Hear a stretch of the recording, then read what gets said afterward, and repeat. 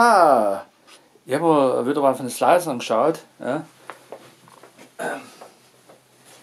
Carrie Worrer ist die neue Schauspielerin seit einigen Folgen bei den Sliders und sie spielt die Maggie Beckert. Ja. Es ist jetzt Sliders Staffel 3, Folge 21. Ja. Das Böse im Nebel. Ja. Spoiler-Alarm. Ja.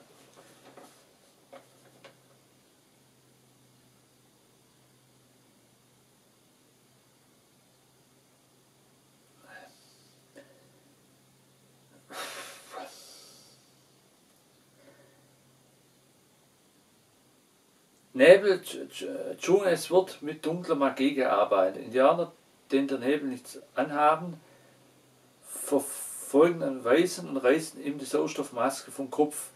Ihn hat tut der Nebel was an, er fällt um, stirbt und ist dann tot durch den Nebel, weil er keine Luft kriegt. Unsere Slides kommen hier an. Rembrandt Brand vermisst Max und Professor Arturo sehr. Mir fällt der Max Professor Arturo auch. Der fällt in der Serie und es war eine richtige Fehlentscheidung, dass man die fingierte 5 Gustavo gelassen hat, in meine Augen. Ja. Weil aber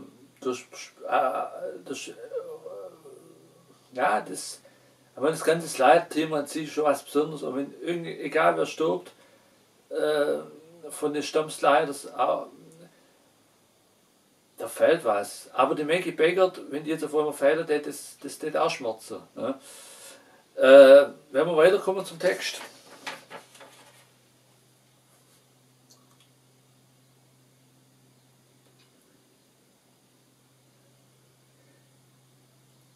Der Nebel schadet den Sliders, die bekommen keine Luft und rennen aus dem Nebel raus. Die einzige, wo kein Problem hat, ist Maggie Beckert. Ja. Aber die hat ja ein paar Episoden davor, hat sie ja im Queen Mallory seine Realität Probleme, keine Luft zu kriegen. Dafür kreuzen Nebel einatmen und es möchte nichts ihr, aber die anderen Slider haben damit ein Problem. Ja. All die Sliders rennen aus dem Nebel raus und bringen sich in Sicherheit ein Leben. Ja. Maggie kehrt in den Nebel zurück und Queen Mallory, der macht sich Sorgen um Maggie. Welt sagt, sie kann atmen in dem Nebel, im Gegensatz zu uns. Und Queen Mallory sagt, ja, aber wenn die länger drin ist und der Nebel ihr doch was anhat, machen wir Sorge, hol sie raus. Das wird Welt nicht, die hat Max Professor Arturo schon verloren. Und sie sieht die Stammsleiter als ihre Familie an, die will niemand mehr verlieren. Und er sagt, wir müssen uns noch uns gucken, dass wir überleben und uns keiner mehr stirbt. Und durch die Trauer, durch Max Professor Arturo und durch die Angst, sie könnte mehr Menschen verlieren, die ihr am Herzen liegen, wird sie dann auch auf eine Art ungerecht durch die Angst und durch die Panik, weil sie nicht so bewusst ist. Ja, sie sagt, wir müssen uns nach uns schauen und nicht nach der Maggie, nach uns schauen. Ja. Rembrandt Brand fällt der Fehler von der Welt ein. Ja. Und sagt dann auch, du tust die Maggie als Mensch zweiter Klasse abstimmen, das darf nicht sein. Sie gehört auch zu uns. Maggie, die aus dem Dschungel kommt, kommt dann eine Diskussion ins Fache, ja, verbale Schlacht kommt da und Queen Mallory sagt, Maggie, du gehörst zu uns, wir sind ein Team und sind alle gleich viel wert. Ja.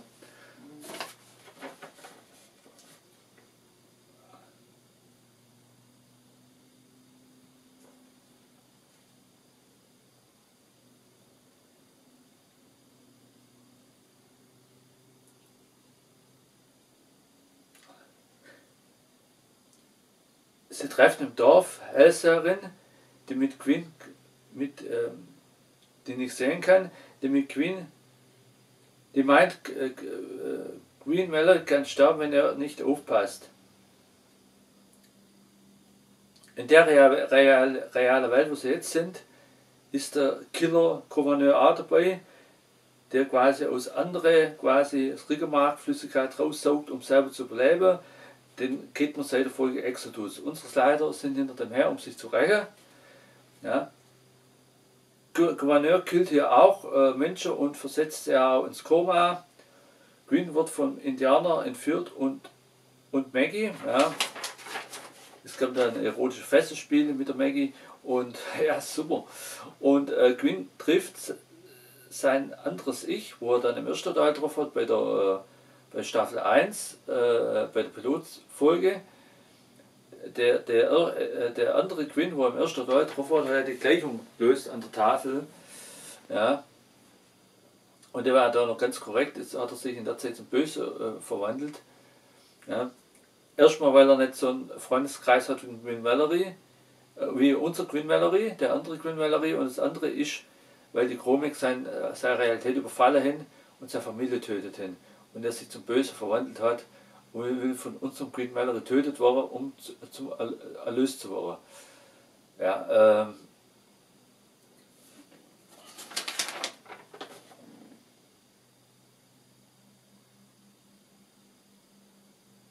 kommen auch Judo-Kämpfe vor. Er hat jetzt lang gearbeitet mit der Benotung. War ein paar langweilige Stellen drin, muss man sagen. Hat aber trotzdem, und ich hätte mir auch gewünscht, dass in der Realität kommen wäre, wo es dann wieder geheißen hat, da ist in der Vergangenheit was anderes passiert, deswegen ist die Realität auch anders. Und so ein Geschichtsausgangspunkt hat mir gefällt, aber das war trotzdem eine sehr geniale Folge, weil die Emotionen zwischen den fingierten 5 Figuren gestimmt, auch ein charakterlicher Wandel hat gestimmt. Und dass man den anderen Quinn Mallory wie von Folge 1 hier nochmal einbaut haben, war ein Geniestreich und es waren mehrere Storys auf einmal. Wir haben gehört von Exodus, dass er dort den Gouverneur verfolgen und sich rächen will. Dann haben wir noch in der Realität eine eigene Story, wo es um den Nebel und Indianer geht, und es hat auch einen Indiana Jones Geruch, muss ich sagen. Sie vom Indiana Jones inspiriert gelassen, aber selber was draus gemacht. Das ja, fand ich super. Ja, die Chromex sind ja eingebaut. Ja. Und ja, ich weiß nicht, ob wir es nicht erwähnt haben, aber den Quinn Mallory, den anderen Quinn Mallory vom ersten haben sie eingebaut. Ich wiederhole es nochmal, weil ich mir jetzt erzählt habe. Dann die Story von sich aus drin, die Chromex. Ja.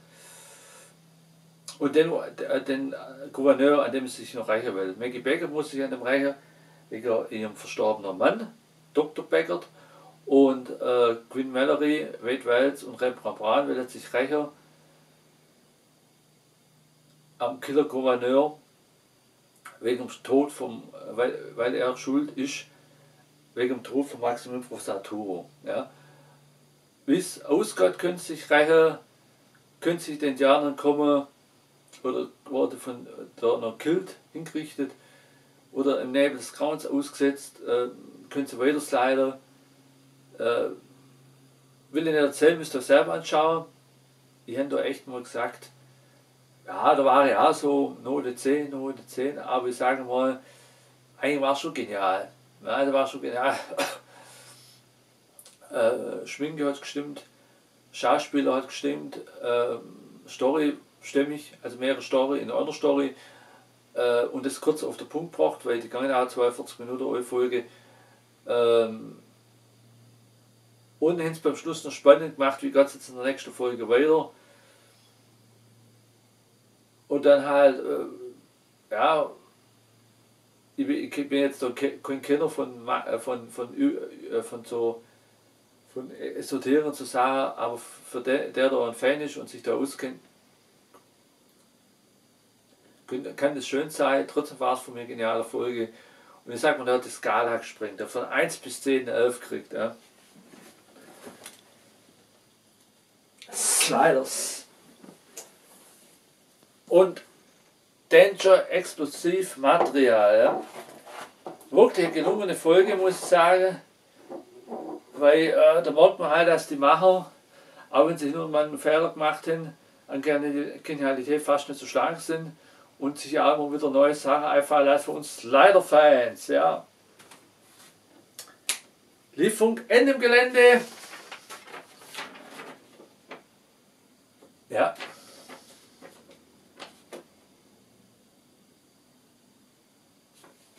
Bis die Tage, keine Gnade.